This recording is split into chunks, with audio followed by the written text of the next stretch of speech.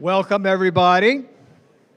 If you can, I know there's some extra chairs in the back. We're doing self-service seating tonight. But if you can start making your way to your seats, we're going to get started. So I want to thank all of you for being here. This is the inaugural first annual Chapman Lecture, and we're extraordinarily proud to be hosting it. So a couple of thank yous I want you to join me in.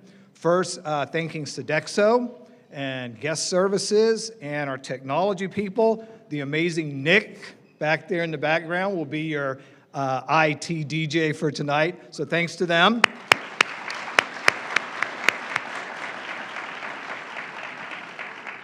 And I want to send a thank you to Kendall McBride. Where are you, Kendall? Right there. Stand up. Kendall is our marketing intern in the School of Business Administration, and as you know, this event couldn't happen without you. Thanks so much. Also, I want to send a thank you, and I think AJ's probably watching this via live stream, to AJ Wren, our marketing and brand manager. As always, we cannot pull off any of these events without AJ's guidance and wisdom. So thank you, AJ. Cindy, where are you, Cindy? Not Perry. Cindy Luban, where are you? Stand up, please. Yes, you got to stand up. Big thank you to Cindy Luban. She is SBA Program Assistant 2. She and I had a moment back in April when I was losing my shit, where we're going to have a venue. Is everything going to come together for this event? Cindy took care of everything in like a half hour, rebuilt my confidence. I'll forever be indebted to you for that, Cindy. So thank you so, so much. It is now my pleasure to bring the School of Business Administration Dean, Dr. Ken Anderson, to the stage.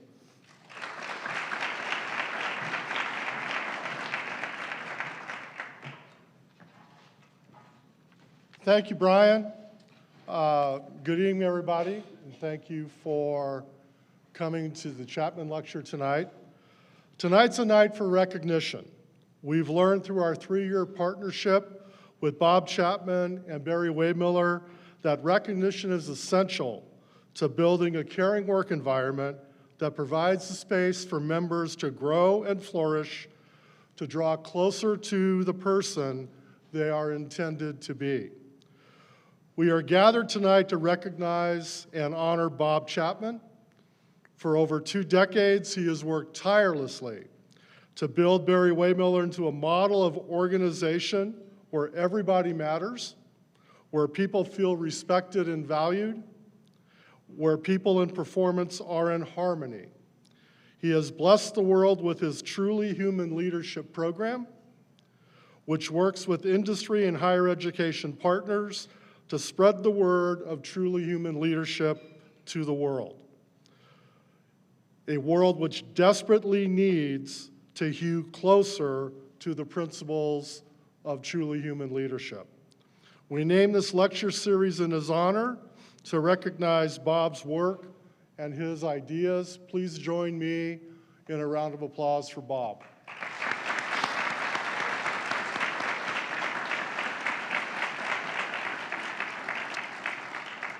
Tonight, we are also recognizing Kyle Chapman, our inaugural Chapman Lecturer. Congratulations on your new role as CEO of Barry-Wehmiller. As President and CEO, we know that the future for Barry-Wehmiller and Truly Human Leadership is bright. We are grateful for the partnership to this point, and we're excited for the future of what our partnership holds. Thank you so much for being here tonight, Kyle.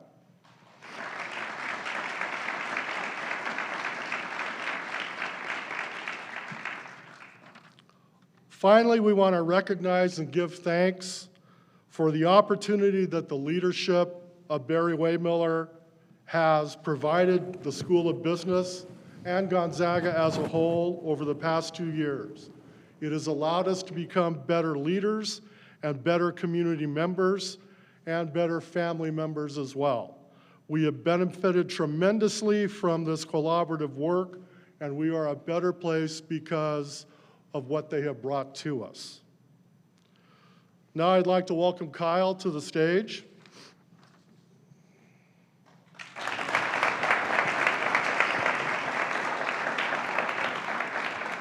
Kyle's tenure with Barry-Wehmiller began in 2009 when he co-founded BW Foresight Partners with Barry-Wehmiller board member Chet Walker and Ryan Gable, who now serves as the firm's managing partner.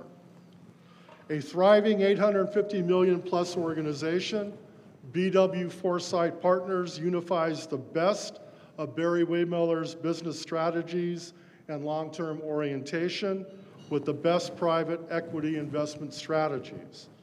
Kyle's involvement with Barry-Wehmiller has grown over time, beginning when he served as a strategic financial advisor to the company's leadership team in 2015, while co-leading BW Foresight Partners. He became Barry-Wehmiller's interim chief financial officer in early 2020, shortly before being named president. As highlighted earlier, Kyle has taken on the role of CEO in addition to continuing as president. Please join me in welcoming Kyle Chapman to Gonzaga. Thank you very much. Good luck. Thank you. Well, he gave half my presentation, so thank you all very much for being here. I see what free credits and free food can fill the room, and so I love this. This is a room filled with future leaders.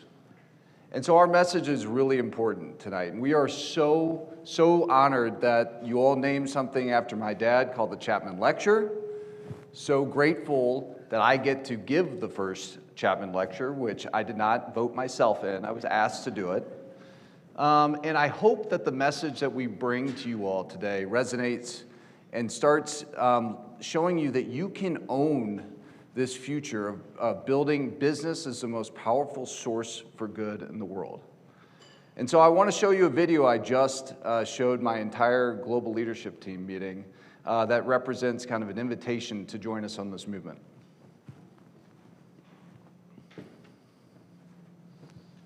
To build a better world, economic growth and human vibrancy must work together, and business must be a powerful force for good, for individual fulfillment, collective thriving, and a legacy measured by how it touches the lives of people. We're more than 140 years of heritage, 3 segments, 12,000 leaders, with a span of care that reaches around the globe. Together, we can ignite a better future, change the game, and show what's possible by the way we create, engineer, cultivate, build, partner, and invest. Let's create value built on shared values. Let's cultivate leaders who define tomorrow. Let's redefine success in business and flourish without trade-offs. Let's partner, come together, be a proof point. Let's build a better world through business.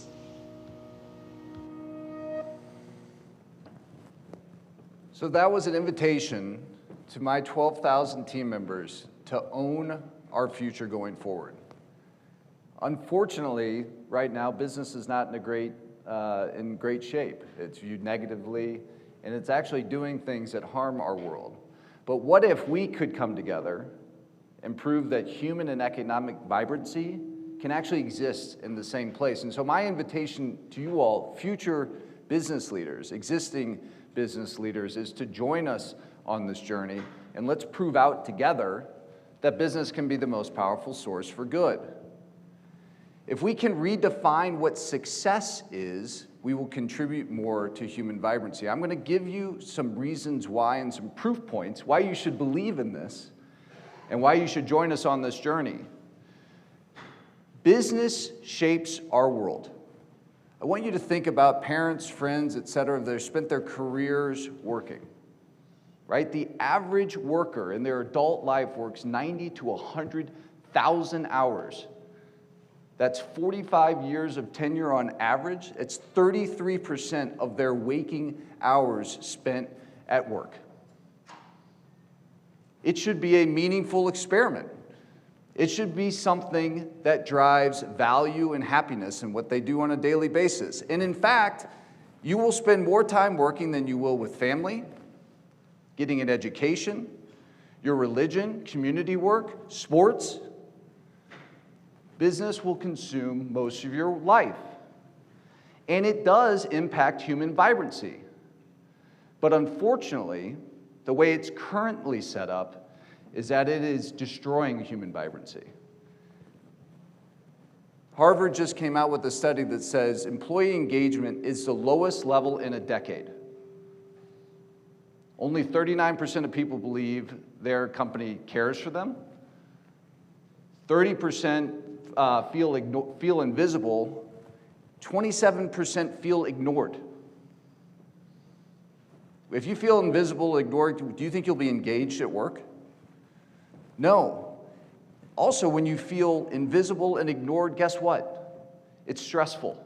You don't feel like anybody's listening to you or helping you out or supporting you. When work equals stress, what is the leading cause of chronic conditions in health? Stress. Work causes stress, stress causes illness. You could argue business is contributing to hurting people in the world. In fact, your supervisor has more control over your health than your primary care physician.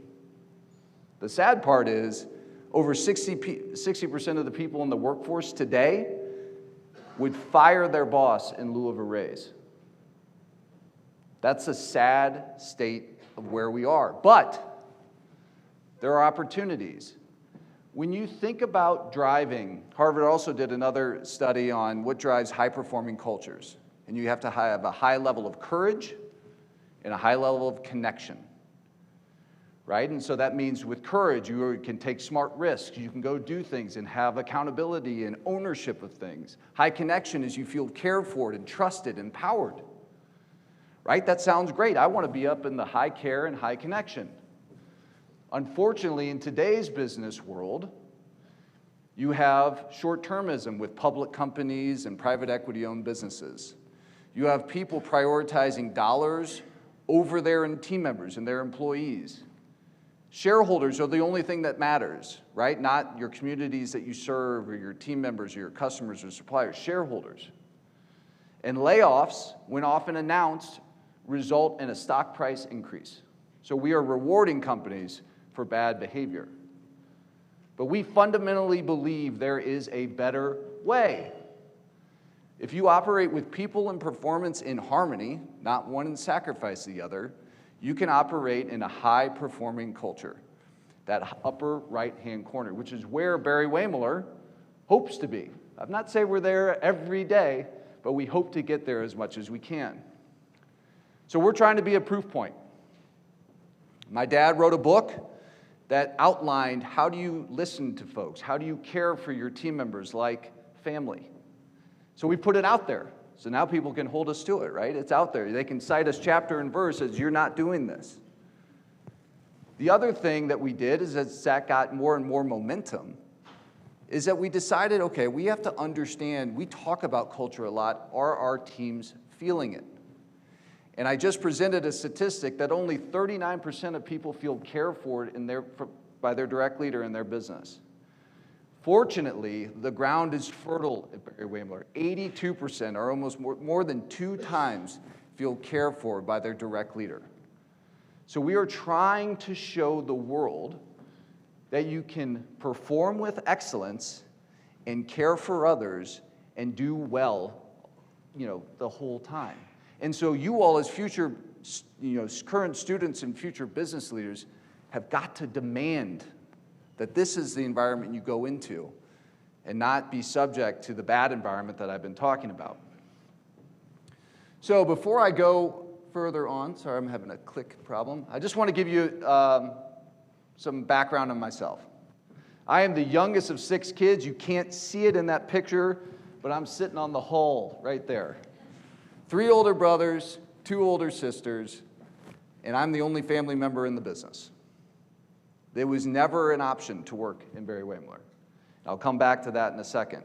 I grew up loving sports. I loved playing sports, basketball, football, baseball, enjoyed it thoroughly. I loved watching college sports. In fact, Gonzaga basketball was one of my favorite things to watch growing up. Along with the ACC, I'm kind of an ACC fan. But You know, watching Gonzaga come and be that perennial underdog and make the runs that they did and now have 27 years of straight NCAA appearances is incredible. But I'm a bigger fan of Gonzaga women's basketball now because of Allie Turner, a St. Louisan from my high school, is here making it rain from the three-point line. So I think I see Allie. There she is. But she is a wonderful example of performing with excellence and how that can happen in an organization, on a team, et cetera. And so happy that she's here and thriving. I went to University of Virginia, studied finance, and then got directly into private equity. I am a father of 4 kids. I've got 3 boys and a girl, who are also, 2 of them are also attending University of Virginia.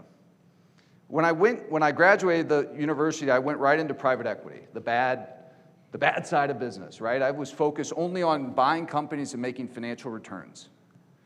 Over time, spending time behind Excel spreadsheets, I decided I didn't know if I could execute any of these strategies I was talking about. I didn't know how to make humans do the things that Excel said they should be able to do. So I decided to get out of private equity and go into a private equity-owned business. And I realized the human element of business is a lot harder to do when you're not just sitting behind a desk and when you can't just think up of things. So I went into a business that helped execute strategy called Sweat and Crawford and helped them grow. What I didn't know is that my path would eventually collide with Barry-Wehmiller. Again, no family worked in the business. My dad's business grew by buying companies from other families because their sons ran their dad's companies into the ground. So that didn't seem like a good, successful solution for us. And so I came back to start something different. Having been in private equity and had run been a part of the leadership team of a private equity-owned business, I knew that there was a different way. My dad, who hated my career, but said, you know what, I think you can come back and help us do some things. So I came back to prove there was a different way, a humanistic way to approach buying and building businesses, where you combine some of the good things of private equity and some of the good things of being a big strategic acquirer and put them together. The one thing that we did no one else did was we focus on culture as much as we did acquisitions, financial discipline, strategy, et cetera. Culture is what no one else did. The other thing that we did is we did long-termism. We don't buy things and build them to sell them. We buy them to build great businesses that endure time, endure economic crises, and create value for all stakeholders. So that is what I came back to do to start Foresight Partners. Fortunately, that did really well. It resonated with the market. And so from 2009 to 2020, I did that. Then I was asked to come over and be interim CFO in January 2020. That turned out to be a really interesting period of time. Anybody know what happened in March of 2020? So I was a COVID CFO, where I had to control cash, metrics, calls with our debt providers, our shareholders, team members, being in front of the camera. It thrust me into a field of leadership that I was not looking for, but all of a sudden was in front of the organization. Fortunately, based on our business model, we did quite well. And we moved, and then I found a new CFO and was asked to be president. So the board invited me over, and I've been doing that for 5 years, and recently I became a 3rd-generation CEO of Barry-Wehmiller. Does anybody know the statistics on how well a 3rd-generation CEO does? It's 12%.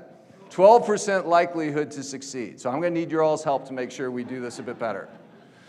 All right, so I want to give you an example, or a little history on how we got here and some of how our beliefs were shaped, okay? So I'll try to be quick through this. So the other reason why it started in 1986, Barry-Wehmiller was founded in 1885. It's a 140-year-old business.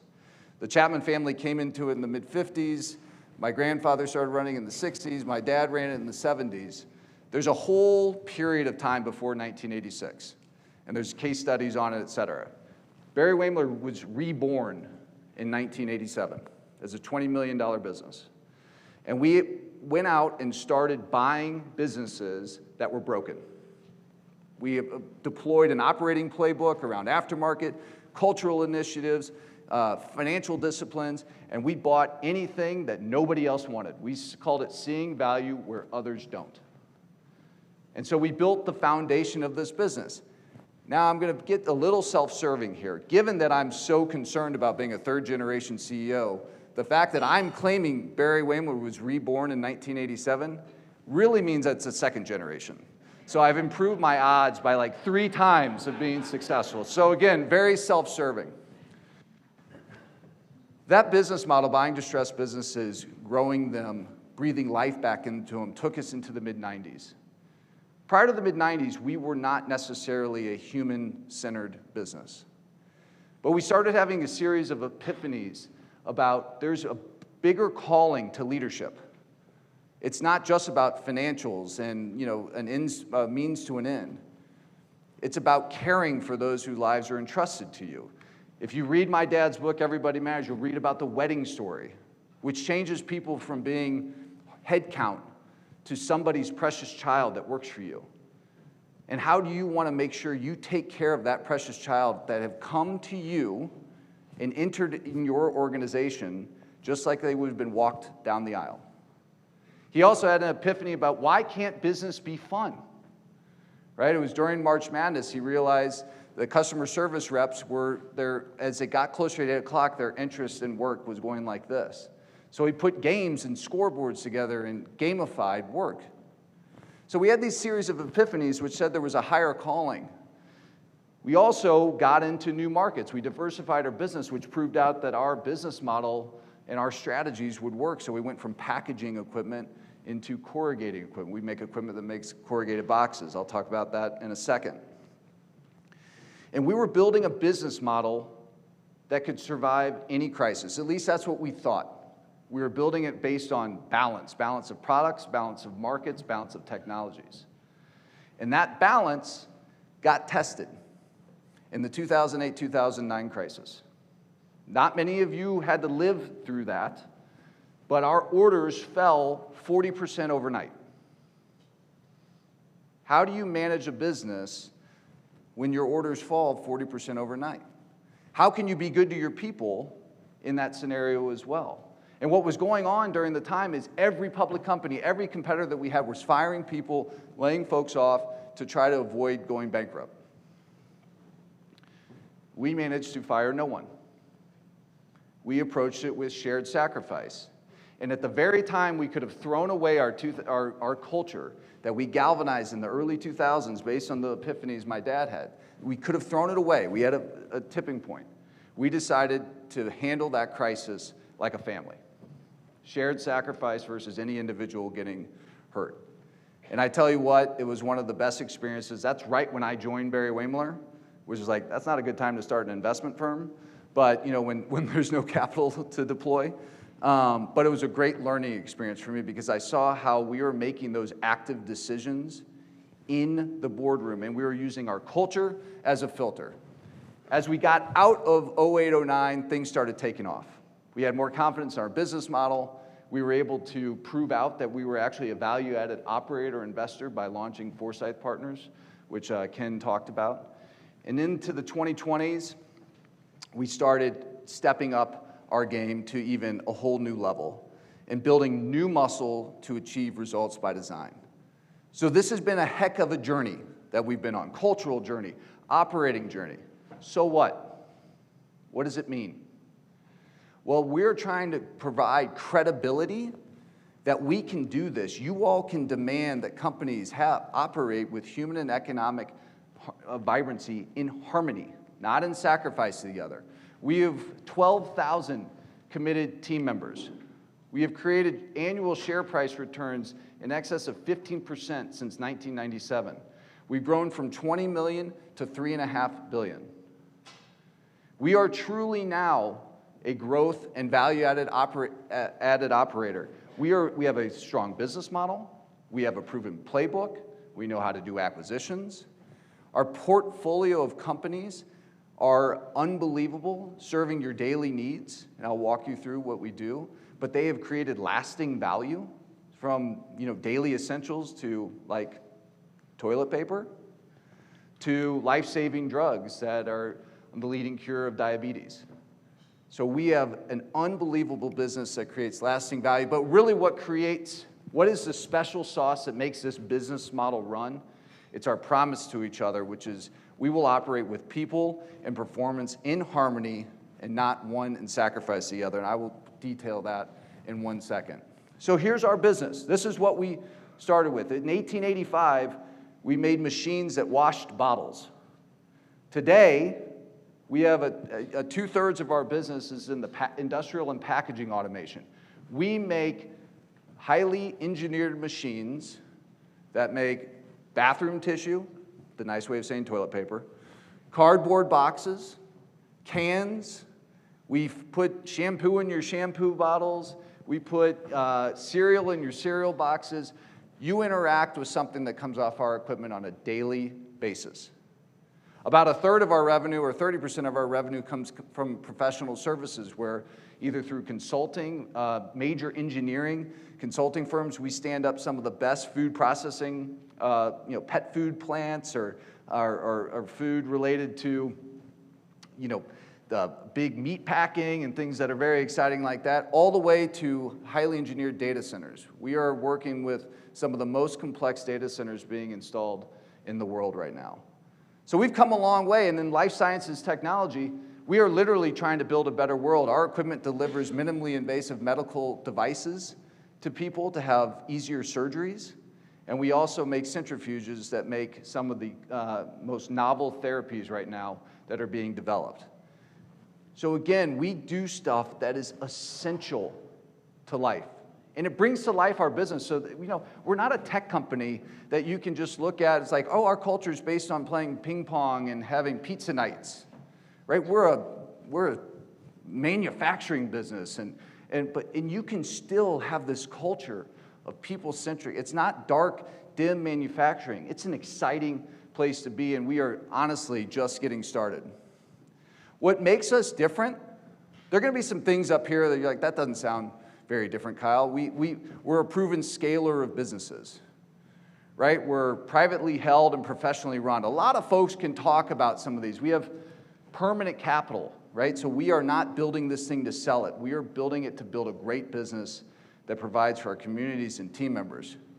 But a couple things of why I think we're here is that we have a globally recognized leadership model, one that is gaining significant momentum, and we could not be more enthusiastic about Gonzaga's diving deep into this with us.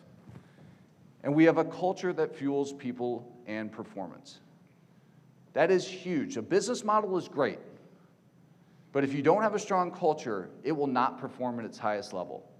We like to talk about our culture being literally the high-performance fuel that makes our business model run at a higher level than it could. This people and performance and harmony thing, what does it mean? Right? At Barry-Wehmiller, everybody matters. We want you to show up and be your authentic self. We want you to lean in and differentiate your work or whatever, however you can. So we are valued. Our team members are valued, recognized, and celebrated. You heard recognition and celebration being a major part of who we are. We cultivate leaders at every level. We don't call our team members employees. Everyone's a leader. Whether you're leading your own assembly cell or whether you're a leader of other folks, everyone has the right to lead, and everyone has the right to be developed to achieve their fullest potential. That is on us. That is our cultural promise to each other. Sorry about that. We own results. We try to create opportunity.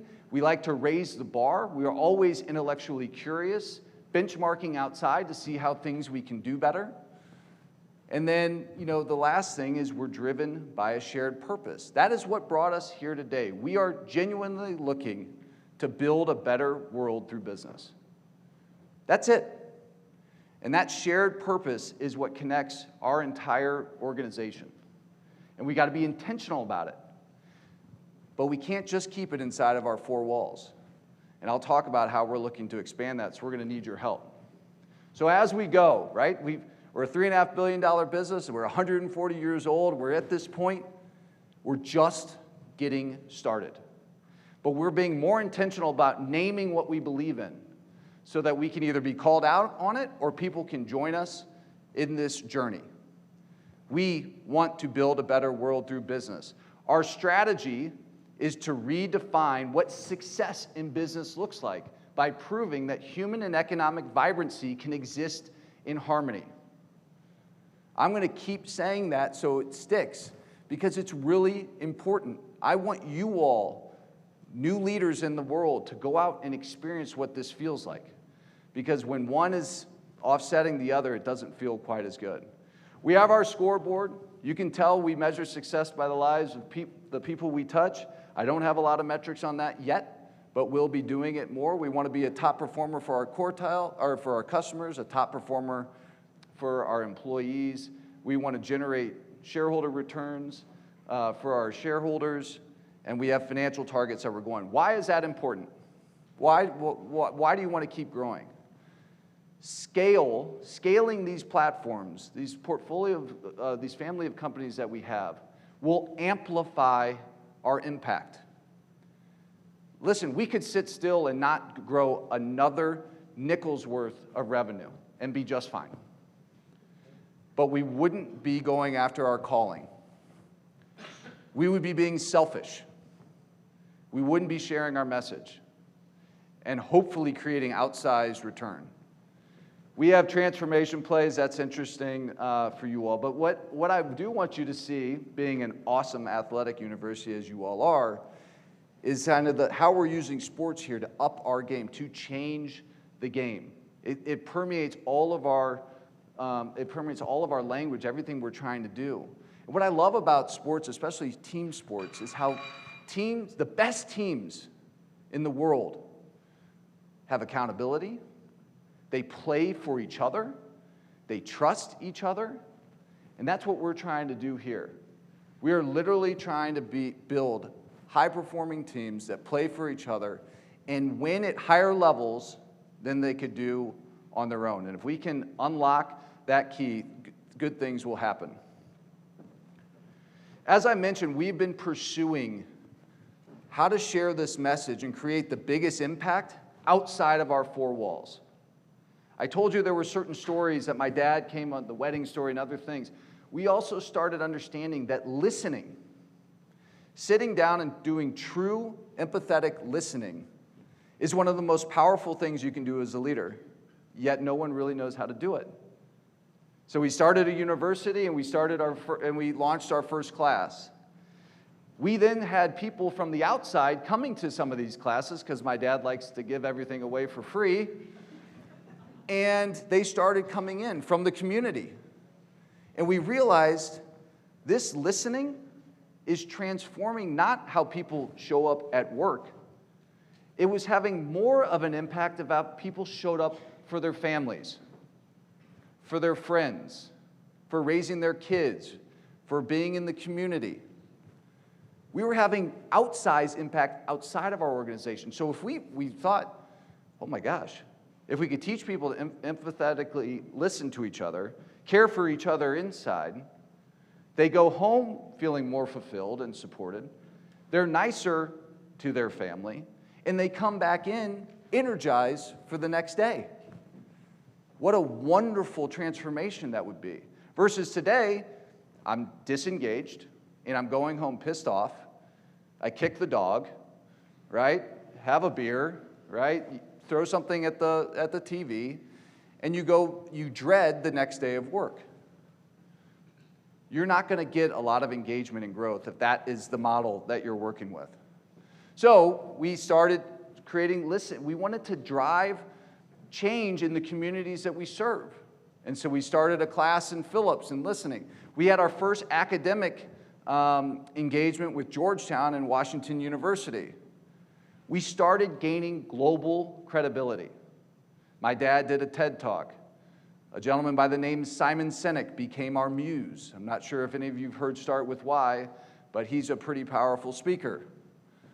We founded the Leadership Institute, where we went out and taught other companies how to have a high-performing and a high-caring culture.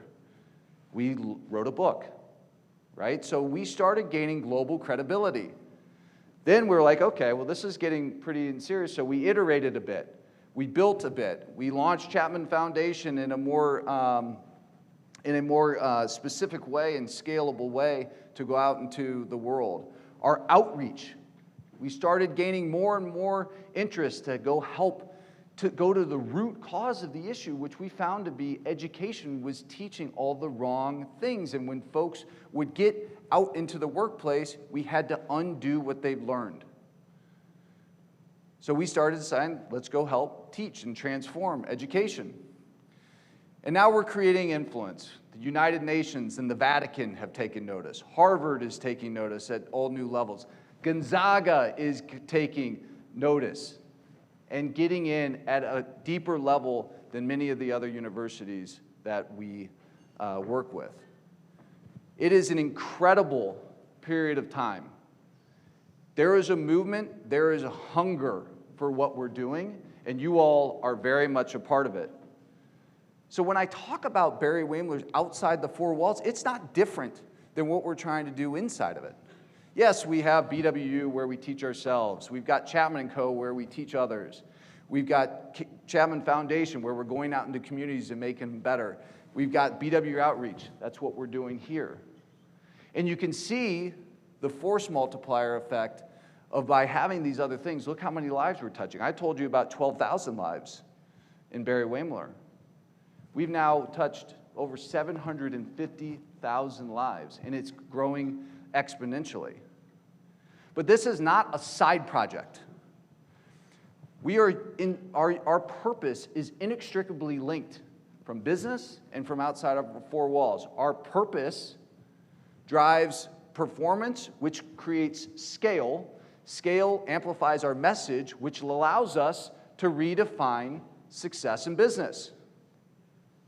As we think about some of our more philanthropic focus, purpose drives external impact. Gonzaga provides us credibility and brand equity, which allows us to have influence in the world. We are doing this all together because of our goal to build a better world through business.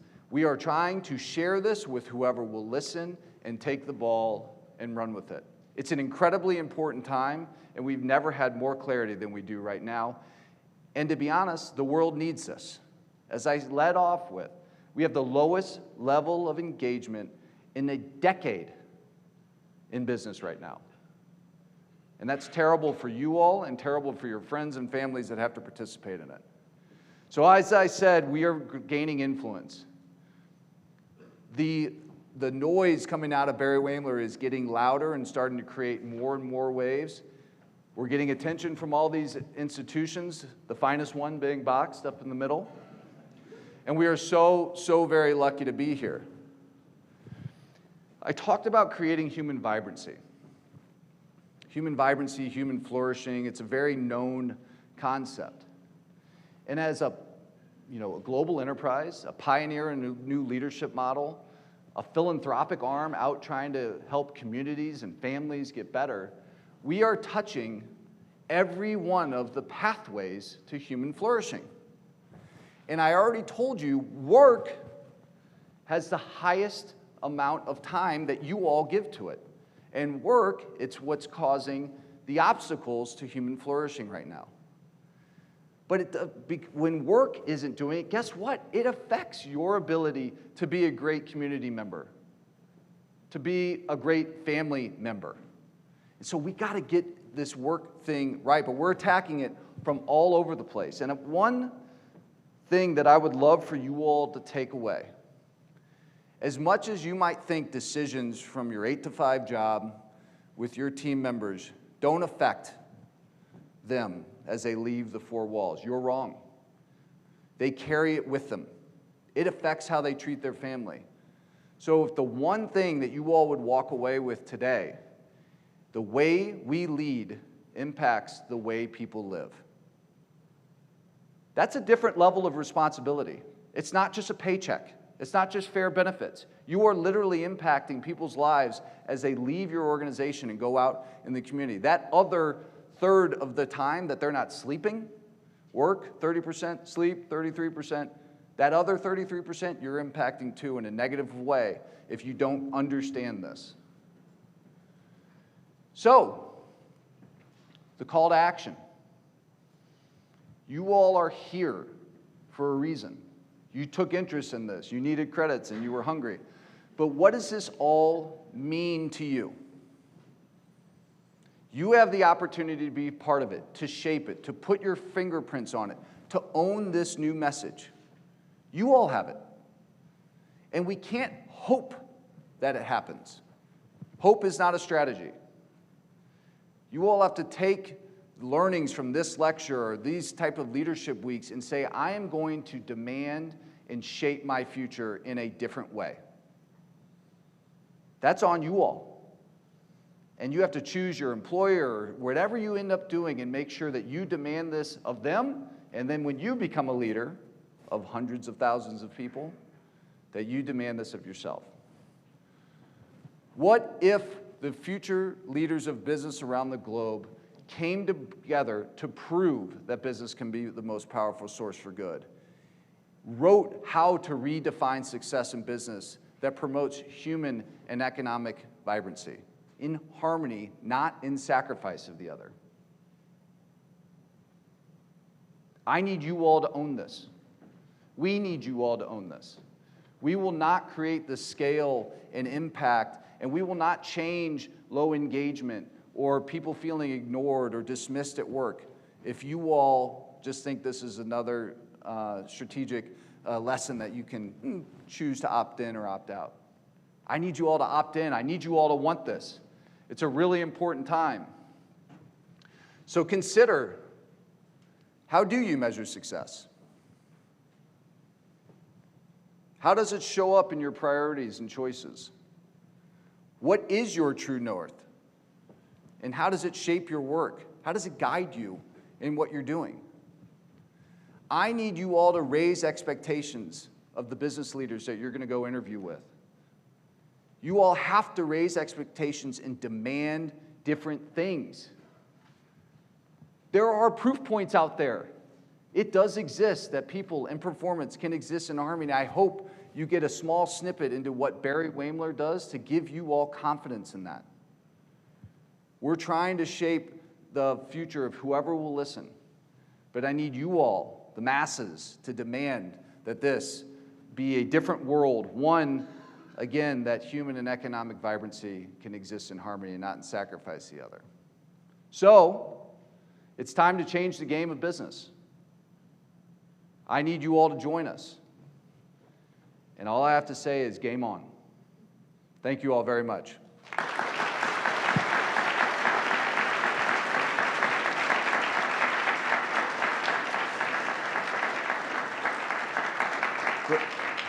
Before we open it up for questions, I just wanted to add on to the celebration and recognition that the team led off the discussion with.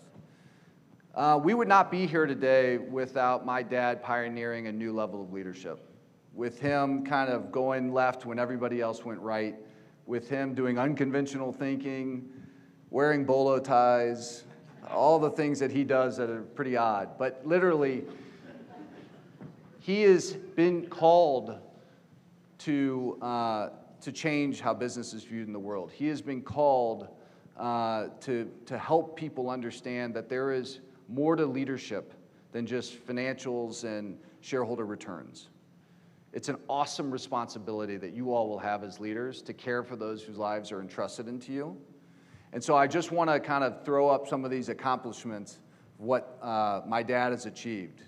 He's one pretty inspiring leader. He's been CEO for 50 years. We operate across the globe with 260 locations, 12,000 team members. He wrote a book. He doesn't read much, but he was able to write a book that sold over 110,000 copies, and it was in such demand, we're releasing the second one next week. 151 acquisitions. We call them adoptions of companies because of our legacy preservation. And he's done 260 plus speeches delivered around the world. He has truly changed people's lives, and it is countless on the impact that he has. And I just want you all to know, my legacy is not to be known for taking Barry-Wehmiller to the next level. Mine is purely to preserve my dad's legacy and make sure business books are written about him, about Barry-Wehmiller, about what it meant to the world, how that leadership changed the dynamic. You may have read books about GE and other major organizations out there, and Barry-Wehmiller needs to be on that list. And I hope that you all, again, will join us in this movement to help make that happen. So, round of applause for my dad.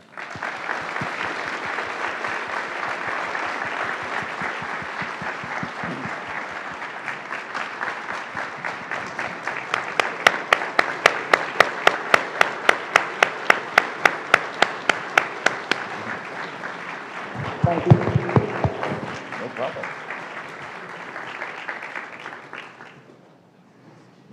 Now, if I didn't put you all to sleep quite yet, I'm glad we had to stand up and sit back down. We'll open it up for any questions that you have for me, for my dad, anyone. Thanks, Kyle. We have a first question back here. Katie Shaden, who's going to ask it? They were thumb wrestling earlier. Got to ask the first question. What was the most pivotal moment in your career so far? The most pivotal moment in my career was COVID. It's really two, sorry. Sitting, observing how this team reacted during the 08-09 financial crisis, it was traumatic for folks. If we had laid people off, there were no jobs for people to go get. So watching a organization, a business, you know, you think you've got to be professional and I got to walk in and I leave my personal stuff aside. These team members walked in and behaved like family. Shared sacrifice, not leaving anyone out, not leaving anyone behind. And just the stories that came from it, how they worked hard for each other. Some people would donate vacations that other people couldn't afford to take. It was unbelievable. And at the time, we thought it was just the right thing to do. The impact it had on the business, we took off like a rocket ship after that. That's not the reason to do it, but when everybody says results will follow if you do the right things, it's true. And I experienced it. The other was COVID and having to lead through really kind of an uncertain period of time, and it kind of catapulted my leadership into the organization. So, great question. Hello, my name is Aaliyah Russell. Thank you for your time. It's been very interesting. Your vision is very clear and it makes sense. But what do you do to inspire your frontline team members to buy into the vision? Yeah, our vision's for everyone. So the question was, what do we do for our frontline leaders? That's where the magic is. That's where everything happens. So our job is to make sure that our frontline leaders feel that what they do and who they are matters. So when I talk about vision like this and be able to connect it all the way throughout the organization, I want somebody to be able to look up and I know what I'm doing today, how it impacts either the division I work with or the overall company and feel connected to our vision. We also make sure we're listening to them. If they have problems or if they have things that aren't going well or where we're not living our culture, we go fix it. And sometimes that can be, if they're in an assembly, they don't get all the parts they need. Well, that's not very fun. It's like you're trying to do your job with one hand tied behind your back. So we work hard with them. We want jobs that have dignity, fair pay, engagement. We want them to have a career path. And we really want them to know who they are and what they do matters. And so it's very important to us. This is not a C-suite type strategy I'm talking about. This is all-encompassing. It's a wonderful question. Thank you. Hello, my name is Sky Pagling. I'm the Executive Director of the Camas Foundation for the Kalispel Tribe. So we serve communities that are often lacking resources. They are stretched out on capacity. They spent decades, if not centuries, trying to take care of their community in some of these hard spaces. So my question is, there are certain spaces where you're not always able to give somebody, an hour lunch break, or because if the services that you're providing don't happen, somebody doesn't eat. If the services that you're offering don't happen, then somebody falls victim to crime. There are certain capacities where, or certain spaces where the resources aren't ample enough to provide luxury or some of the things that some larger companies are able to experience. Can you speak to your work in smaller organizations and small business? Yeah, I mean, the good news is the people that do your work typically have a calling that's more important than anything that they do. And so that calling is their biggest benefit, right? I mean, we lack appropriate nurses and teachers and all these things in the world. So yeah, there are some areas that that work has to get done, et cetera. The key is, how do we design it, a business or a service, so that allows people to have certain breaks, right? Just how do you set it up? And I can't speak to exactly what it is that you do, but the key is you're not going to be able to keep all those folks, right? If we're burning them out. And so how do we set it up? How do we either create partnerships? How do we create different work schedules? How do we do things that enable that person who is with you, I guarantee, because they have a calling bigger than themselves? How do we do it so that we're not taking advantage, but using that calling and burning them out on the other side, right? And so the only examples I have is there's sometimes we have work that requires overtime, right? That we've got to get that $8 million machine out or that customer is not going to be very happy. The key is, what do we do earlier in the stage to avoid that happening? And so we're constantly looking at our processes, we're constantly looking at the way we do things to eliminate the non-value-added work so that they are spending all their time creating value for the underprivileged areas or that you all serve, or creating value for customers, or creating value for each other. No problem. One more question. Hi, thank you very much for taking the time to speak with us today. I'm just wondering, how do you build and maintain culture during times of change and uncertainty? That's a great question. And we are, it's a great question because as we are changing the game, right, people are like, well, what does that mean? Does that mean I have to work harder for growth, et cetera? And so if my dad were standing up here, he would say listening and caring. That works, but as you get to be 12,000, 15,000, 20,000, you have to institutionalize certain things. So how do we handle change management? How do we talk to people about what we're doing and why? And making ourselves very available and very vulnerable to have those discussions with folks. Sometimes we expect people just, oh yeah, they understand why we're changing and why it's good for them and why it's good for everyone else. But you can't just assume folks are doing that. Change is very hard on people. Some people thrive in it, but some people it's very difficult. And they actually growth means more work. Why do I want to do that? Right? And so it's all about communication and transparency. And a lot of, as my dad would say, a lot of listening. And so you'll hear change management's a big thing right now. A lot of people talk about it. It is a necessary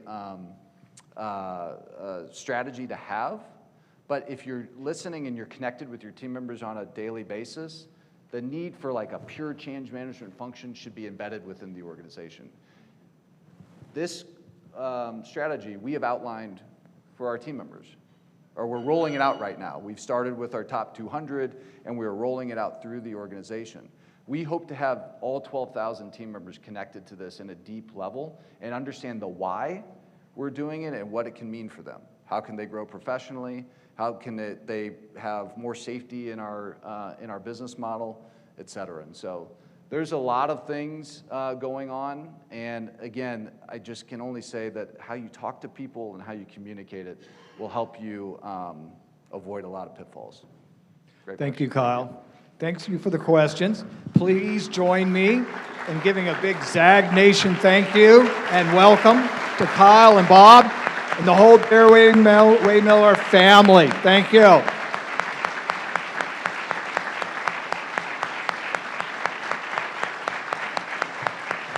Students, we will now be putting the QR code up on the screen for you to verify your existence because you matter. Thank you all for being here tonight. Kyle, thank you again.